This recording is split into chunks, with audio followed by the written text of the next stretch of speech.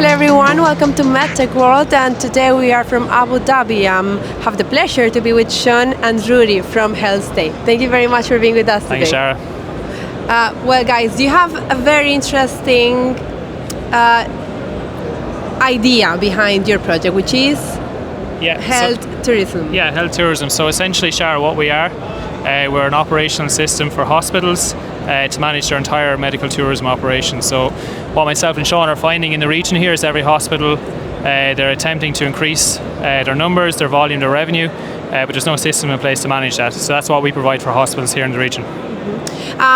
So what is the whole support that the region, GCC, not only Abu Dhabi, brings to these type of projects that you are bringing to the table today? Yeah, there's been amazing support here.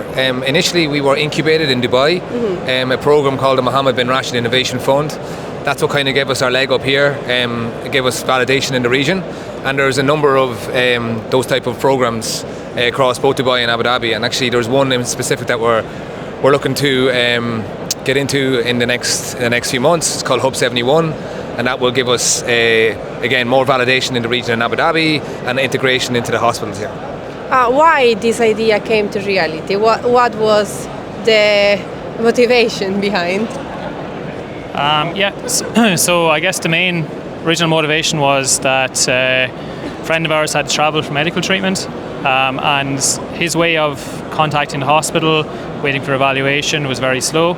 So we initially looked into the opportunity. We know that in the region here, every hospital, and specifically with Department of Health, DHA, they have targets to increase the volume of medical tourism annually. So it was a great opportunity.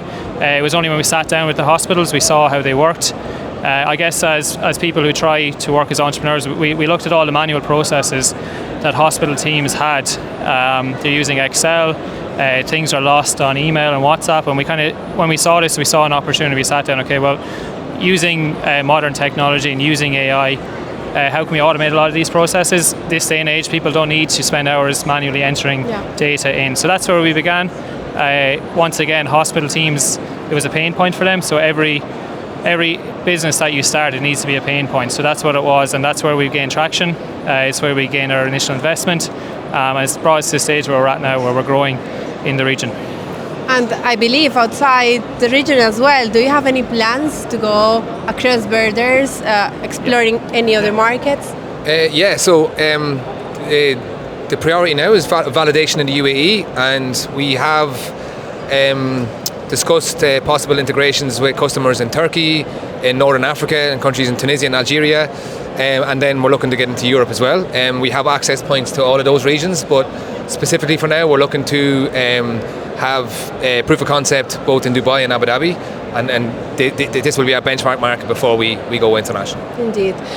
One of the challenges we have actually been talking about today is the regulations, right?